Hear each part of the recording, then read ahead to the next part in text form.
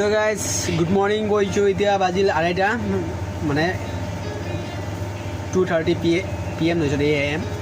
ৰাতি 2:30 বাজিছে আৰু আজি ৰাতিপুৱা মানে ধৰি লওক ৰাতিপুৱা আৰু 12 ঘণ্টা আছে। 12 ঘণ্টাৰ পিছত যাম গৈ জুবিন দাৰ মুভি চাবৰ কাৰণে। ৰৈ পিনালে ফাইনেলি টিকেট পালোঁ। আৰু মানে এইকেইদিন মানে টিকেট নাছিলে, চাই আছোঁ মানে যিটো টাইমত মই ফ্ৰী হওঁ সেই টাইমত টিকেট নাপাওঁ, বাকী কাম চামটো ছুটি নাপাওঁৱে।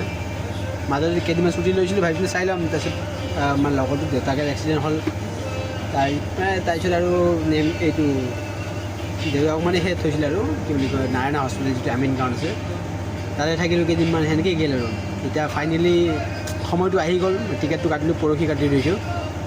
আৰু অহাকালি জন্মদিন 14 তাৰিখ।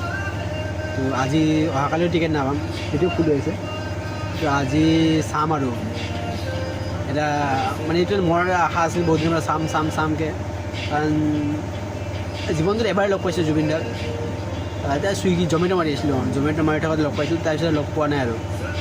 কিন্তু কি আফচোচ থাকি গ'ল জীৱনটো। মই ফটো মানে মাত দিছোঁ ধুনীয়াকৈ, দাদা কেনেকুৱা হ'ব কি নাই, তেওঁ সুধিছে কিমান নৰ্মেলকৈ মাতি, মানে এইবিলাক মনত পৰে আৰু কথাবিলাক। কিন্তু ফটো এটা নুঠিলোঁ, তো এটা আফচোচ থাকি গ'ল আৰু লাইফত। একো নাই, এতিয়া যিহেতু এই চিনেমাখন চাম, ফিল হ'ব যে আমি আৰু মোৰ বিশ্বাস কৰিবা আজিলৈকে ফিল হোৱা নাই যে জুবিন আমাৰ লগত নাই। মোৰ এনেকৈ ফিল হয় যে আছে।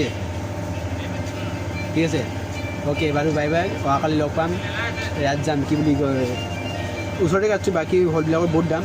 ভাবিলোঁ আমাৰ LG টাৱাৰটো চাই দিওঁ, এটা বেলেগ এক্সপিৰিয়েঞ্চ হ'ব আৰু কালি গৈ যি হ'ব। বাই।